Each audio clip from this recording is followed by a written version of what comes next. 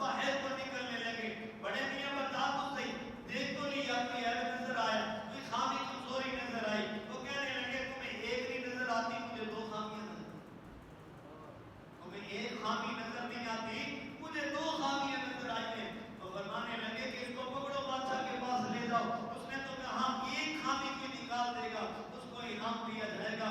وہ کہنے لگے اس نے دو نکال دی. بادشاہ کے دربار میں لے گئے. بادشاہ سلامت یہ میاں ہے, یہ بزرگ ہے, یہ بڑا آدمی ہے, نہ جانے کہاں سے آیا ہے. یہ کہتا ہے بادشاہ کے محل میں دو عیب ہیں, دو خامیاں ہیں. بادشاہ نے کہا بتا بھائی کون سی خامی ہے. کہنے لگا بادشاہ سلامت خامی اس میں یہ ہے کہ یہ محل بھی ہمیشہ نہیں رہے گا. دوسری خامی یہ ہے کہ تم اس میں ہمیشہ نہ تو اس میں رہے گا نہ یہ محل مستقل ہمیشہ رہے گا. یہ اس میں خامیاں ہیں. بادشاہ کو